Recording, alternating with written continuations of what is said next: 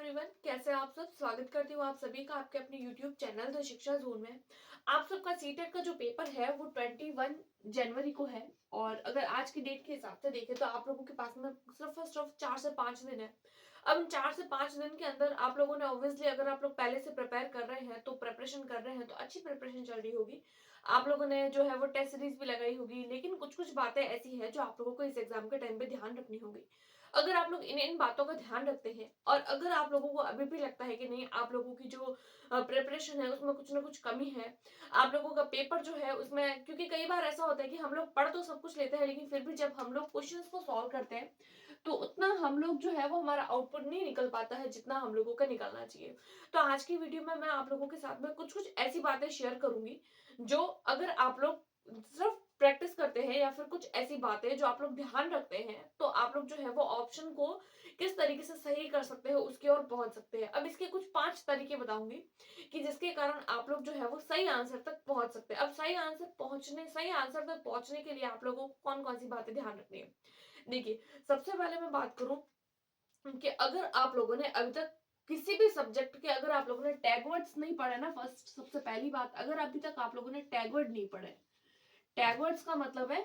कि हर जो सब्जेक्ट होता है उसके अपने कुछ टैगवर्ड्स होते हैं। टैगवर्ड का मतलब है कि कुछ ऐसी पॉजिटिव और कुछ ऐसी नेगेटिव बातें जो हम लोगों को, पॉजिटिव बातें जो उस सब्जेक्ट को लेकर हमें पॉजिटिव थिंकिंग की ओर लेकर जाती है, और नेगेटिव ऐसी बातें जो हम लोगों को उस ऑप्शन को गलत करने के लिए मोटिवेट करती है। यानी कि कोई भी ऑप्शन वो गलत है तो क्यों है, तो वो नेगेटिव वर्ड हो जाएगा। और कोई भी ऑप्शन अगर सही है तो वो क्यों है, तो वो एक पॉजिटिव वर्ड। तो हर सब्जेक्ट में, हर सब्जेक्ट की पेडागोजी में, उसके अलावा सीटेट में हम लोगों को कुछ कुछ टैग वर्ड्स मिलेंगे।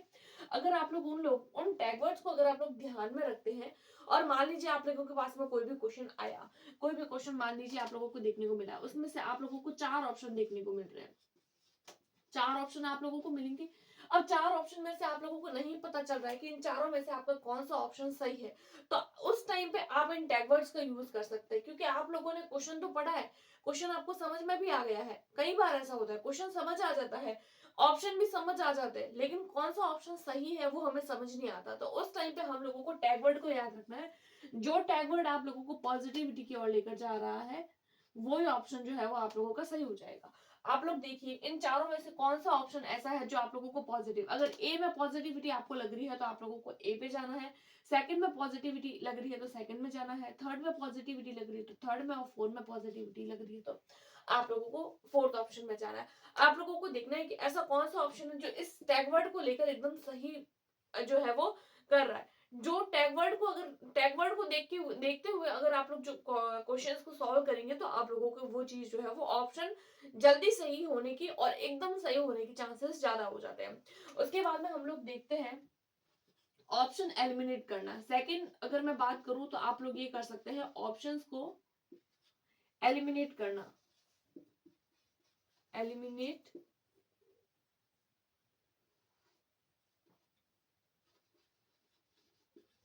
देखिए ऑप्शन एलिमिनेट करने का मतलब ये है, मान लीजिए आप लोगों को कोई भी 4 ऑप्शन दे दिए गए, जैसे कि मान लीजिए ये कोई भी आपके सामने क्वेश्चन है, इस तरीके से क्वेश्चन आ गया। अब first option, second option, third option, four option, अब 4 ऑप्शन आप लोगों को। अब कई बार क्या होता है कि हम लोगों को क्वेश्चन समझ नहीं आता, इस क्वेश्चन में पूछा क्या गया है। ऑप्शन में तो हम लोगों को कोई ना कोई चीज ऐसी दिख जाती है जो हम लोगों ने सुनी होती है या देखी होती है, प्रीवियस ईयर में पढ़ी होती है। कई बार ऐसा होता है कि हम लोगों के सामने जो है वो क्वेश्चन समझ नहीं आता, लेकिन ऑप्शन कहीं ना कहीं हम लोगों को चारों समझ आ जाते हैं। अब चारों ऑप्शन में से हम कौन सा ऑप्शन चूज करें, इसमें हम लोगों को कंफ्यूजन हो जाती है। फर्स्ट ऑप्शन देखते तो ये भी सही लगता है, सेकंड देखते तो ये भी सही लगता है, थर्ड देखते ये भी सही लग रहा है, फोर्थ देख रहे तो ये भी सही लग रहा है। अब उस टाइम पे क्या करें, तो उस टाइम पे आप लोगों को क्या करना है, चारों ऑप्शन सही लग रहे हैं, चारों ऑप्शन में कंफ्यूजन बनी है कि कौन सा ऑप्शन सही है, तो इस टाइम पे आप लोग क्या कर सकते हैं। देखिए, आप लोगों को चारों ऑप्शन को पढ़ना है, चारों ऑप्शन में से अब आप लोगों को कंफ्यूजन है, एक ऑप्शन चूज करने में आप लोगों को गड़बड़ हो रही है कि सही कौन सा है, लेकिन हम लोगों को गलत वाला कौन सा है ये हम लोगों को पता चल जाता है। मान लीजिए आप लोगों ने जब 4 ऑप्शन पढ़े तो आप लोगों को थर्ड ऑप्शन जो है वो देख के लगा कि नहीं ये ऑप्शन गलत हो सकता है, तो आप लोग इसको पहले ही रॉन्ग कर लीजिए। उसके बाद में आप फिर से ये 3 ऑप्शन पढ़िए, 3 ऑप्शन पढ़ने पर आप लोगों को फिर से लग रहा है कि नहीं ये ऑप्शन गलत हो सकता है, फिर आप लोग और ऑप्शन पढ़िए। जब और ऑप्शन को पढ़ेंगे तो आप लोगों को लगेगा कि नहीं फर्स्ट ऑप्शन भी गलत है। अब आप लोगों को भले ही सेकंड का मतलब भी नहीं समझ आया हो, कई बार ऐसा होगा आप लोगों के सामने, सेकंड ऑप्शन का कोई एक ऑप्शन ऐसा होगा उसका चाहे मतलब ही ना समझ में आए, लेकिन फिर भी उस ऑप्शन के अंदर आप लोगों को ऐसी पॉजिटिविटी नजर आएगी जो आप लोगों को सही तक ले जाएगी, आप लोगों को सही आंसर तक ले जाएगी। तो इसी ये जो मेथड होता है ना आंसर निकालने का, कि आप लोग सही की ओर नहीं जा रहे बल्कि आप लोग गलत को हटा रहे हैं, ये गलत हटाने की जो चीज होती है ना, इसी को हम लोग ऑप्शन एलिमिनेट करना बोलते हैं। जैसे ही आप लोग ऑप्शन एलिमिनेट करना सीख जाएंगे, एक तो आप लोगों की टाइम की बचत होगी, आप लोगों को बार बार ऑप्शन नहीं पढ़ने पड़ेंगे, एक बार में आप लोग पढ़ेंगे फटाफट से एलिमिनेट कर लेंगे, तो इससे आप लोगों के टाइम की भी बचत होगी और फटाफट से आप लोग आंसर की ओर पहुंच जाएंगे, और इससे आंसर सही होने के ज्यादा चांसेस रहते हैं। अगर आप लोग चार में से कोई भी एक ऑप्शन चूज करते हैं, उससे अच्छा है कि आप चार में से तीन ऑप्शन को हटा ले, तो एक आप लोगों का अपने आप सही हो जाएगा। इस तरीके से आप लोग एलिमिनेशन वाला जो ट्रिक है उसको अपना सकते हैं। थर्ड की अगर मैं बात करूं, देखिए वैसे तो मैं अभी जो थर्ड पॉइंट बताने वाली हूँ, वैसे तो उसका कोई ऐसे खास साइंटिफिक लॉजिक नहीं मान सकते। देखिए ये जो है ना साइंटिफिक लॉजिक है कि हाँ टैग वर्ड को देखकर आप लोग आंसर लगा सकते हैं, ऑप्शन एलिमिनेट करके भी आप लोग जो है अपने आंसर तक पहुंच सकते हैं, लेकिन थर्ड वाला जो है वो सुन के आप लोगों को थोड़ा अजीब लगेगा। देखिए लेकिन मैंने खुद ने सीटेट का पेपर दिया है, बहुत सारे प्रीवियस ईयर लगाए हैं, तो मैं अपने एक्सपीरियंस के बेस पर कह रही हूँ। अगर आप लोगों को कई बार ऐसा होगा कि चार ऑप्शन दे दिए गए हैं और आप लोग कंफ्यूजन में है कि कौन सा ऑप्शन सही है, बिल्कुल समझ ही नहीं आ रहा है और आप लोगों के पास में टाइम भी कम है, तो उस टाइम पे आप लोग क्या करते हैं, ऐसे बिना क्वेश्चन पढ़े बिना ऑप्शन पढ़े ही आप लोग बबल भर लेते हैं। तो आप लोग ऐसा मत कीजिए, आप लोग देखिए उसमें से सबसे बड़ा ऑप्शन कौन सा है, जो आप लोगों को सदा सबसे बड़ा ऑप्शन लग रहा है उस पर आप लोग टिक कर लीजिए, क्योंकि सीटेट के एग्जाम में जो सबसे बड़ा ऑप्शन होता है ना, अब बड़ा ऑप्शन का ये नहीं मतलब है कि एक जो ऑप्शन है वो इतना है, दूसरा इतना है, तीसरा इतना आ रहा है, चौथा इतना है, तो चौथा वाला सबसे बड़ा है तो मैं चौथे वाले पे क्लिक कर दूं, नहीं। इसका मतलब ये है कि एक ऑप्शन ऐसा होना चाहिए जिसमें ओवरऑल तीनों ऑप्शन को शामिल कर दिया जाए, ताकि वो दिखने में भले ही छोटा हो, लेकिन उसके अंदर की जो बात होगी, जो ऑप्शन वो बोलना चाह रहा है, वो जो है वो पूरी की पूरी चीज को अगर शो कर रहा है, अगर वो एक शब्द पूरे के पूरे क्वेश्चन को कवर अप कर रहा है ना, तो वही ऑप्शन आपका सही हो जाएगा। तो इस बात का आप लोगों को ध्यान रखना है कि जो ऑप्शन हर चीज के बारे में आप लोगों को पॉजिटिविटी की ओर लेकर जा रहा है, यानी कि कई बार ऐसा होता है, कई बार आप लोगों को ऑप्शन और क्वेश्चंस ऐसे देखने को मिलेंगे, जो कई बार पहला ऑप्शन ऐसा होगा जिसमें सिर्फ एक पॉजिटिव चीज होगी, सेकंड ऑप्शन ऐसा होगा जिसमें दो, थर्ड ऑप्शन ऐसा होगा जिसमें सारी की सारी चीजें आप लोगों को पॉजिटिव, भले एक वर्ड, लेकिन एक वर्ड भी इतना पॉजिटिव होगा कि वो सारे ऑप्शंस को अपने अंदर ले लेगा, तो वो ही बड़ा ऑप्शन हो जाएगा, उसको आप लोग बड़ा ऑप्शन मान सकते हो। तो इस तरीके से आप लोग जो है वो अपने आंसर तक पहुंच सकते हैं। चौथी अगर मैं बात करूं, आप लोगों को कौन सी बात ध्यान रखनी है, तो चौथी ऑप्शन में आप लोग ध्यान रखिएगा, जहां पर लिखा हुआ होता है ना बोथ, बोथ का मतलब ये है कि आप लोगों के पास में चार ऑप्शन होते हैं, ए बी, फिर आता है बोथ। बोथ का मतलब है ए भी होगा और बी भी होगा, दोनों होंगे।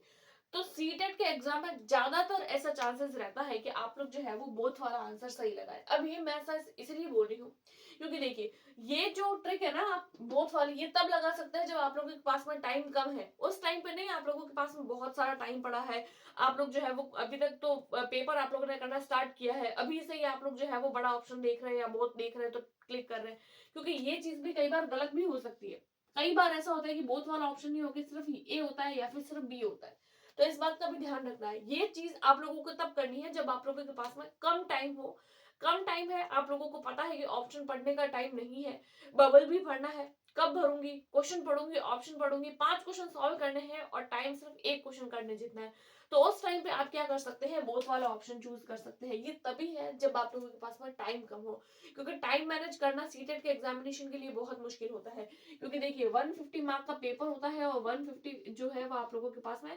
मिनट होते हैं, और नेगेटिव और सारे के सारे ऑप्शन आप लोगों को भरने हैं, सारे के सारे क्वेश्चंस आप लोगों को सॉल्व करने हैं, क्योंकि नेगेटिव मार्किंग इसके अंदर नहीं है। तो ये हमारे लिए एक पॉजिटिव बात है कि इस एग्जाम में नेगेटिव मार्किंग आप लोगों को देखने को नहीं मिलेगी। एक क्वेश्चन के लिए 1 मिनट का टाइम है, और सीटेट में जो सीडीपी सब्जेक्ट होता है उसमें इतने लेंथी लेंथी क्वेश्चंस आते हैं, इतने लेंथी लेंथी उसके अंदर ऑप्शंस होते हैं कि क्वेश्चन को ऑप्शन को पढ़ने में 1 से 1.5 मिनट निकल जाता है। तो उस टाइम पे हम लोगों को टाइम मैनेज करना थोड़ा सा मुश्किल हो जाता है। तो बहुत सारे कैंडिडेट के टाइम मैनेजमेंट की सही तरीके से नहीं होने की वजह से ही वो लोग क्या कर पाते हैं, अपने जो एग्जाम है उसको सही तरीके से नहीं दे पाते हो और अपने बहुत सारे मार्क गवा देते हैं। तो उस टाइम पे आप लोग जो है वो ये वाली ट्रिक अपना सकते हैं, आप लोग छोड़ेंगे नहीं और ऑप्शन को क्वेश्चन को छोड़ना नहीं है, बल्कि ये वाली ट्रिक अपना सकते हैं। पांचवी जो बात है वो बहुत पॉजिटिव है, वो इन दोनों चीजों की तरह नहीं होगी, पॉजिटिव होने वाली है। जैसे ये पॉजिटिव वर्ड है, ये भी पॉजिटिव वर्ड है, उसी तरीके से पांचवा जो ऑप्शन है वो भी पॉजिटिव होने वाला है। वो होने वाला है चाइल्ड सेंटर्ड। Child centred.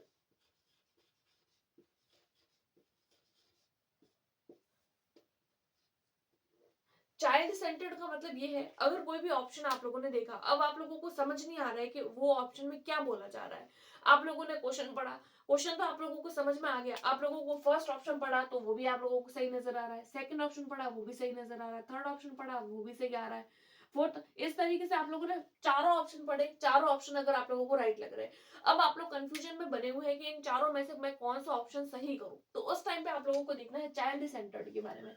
यानी कि एक ऐसा ऑप्शन जिसमें आप लोगों को जो है वो बच्चा, जिस ऑप्शन में आप लोगों को एक्टिव दिख रहा है वो ऑप्शन आप लोगों का सही हो जाएगा। आप लोगों को देखना है कि बच्चा किस में एक्टिव है। बच्चा अगर क्रिएटिविटी कर रहा है, क्रिएटिविटी की बात हो रही है अगर किसी में, जिसमें आप लोगों को बता दें कि बच्चा एक्टिव है, बच्चे को सेंटर में रखा गया है, बच्चे को सेंटर में, बच्चे से जो है वो एक्सप्लोर करवा रही है चीजें, इस तरीके का ऑप्शन आप लोगों को दिख जाए ना, जहाँ पे बच्चा एक्टिव है, बच्चा कोई ना कोई काम कर रहा है, या फिर लर्निंग बाय डूइंग हो रही है, ये ऑप्शन आप लोग देख सकते हैं, लर्निंग बाय डूइंग। ये इस तरीके के जो ऑप्शंस होते हैं वो आप लोगों को जो है वो क्वेश्चन सही करवाने में बहुत ज्यादा हेल्प करते हैं। तो आप लोग ध्यान रखिएगा, चाइल्ड सेंटर्ड ऑप्शन आप लोगों को कहीं पर भी मिल जाए जहाँ पे बच्चा एक्टिव है, बच्चा एक्सप्लोर कर रहा है, बच्चा कोई कोई काम कर रहा है, लर्निंग बाय डूइंग कर रहा है, हैंड ऑन एक्सपीरियंस अगर वो कर रहा है, आंखों देखी घटना को सत्य मान रहा है, इन सारी की सारी चीजों को अगर आप लोगों को कोई ऑप्शन में दिख जाता है तो वो ऑप्शन आप लोगों का पॉजिटिव ऑप्शन है, उस ऑप्शन को आप लोग करेक्ट कर सकते हैं। तो ये कुछ कुछ बातें थी, पांच ऐसी बातें थी जो मैंने अभी अपने सीटेट के एग्जाम क्वालिफाई करते टाइम में फॉलो करी थी, तो मैंने सोचा क्यों ना आप लोगों के साथ में भी मेरा छोटा सा एक्सपीरियंस शेयर करूं।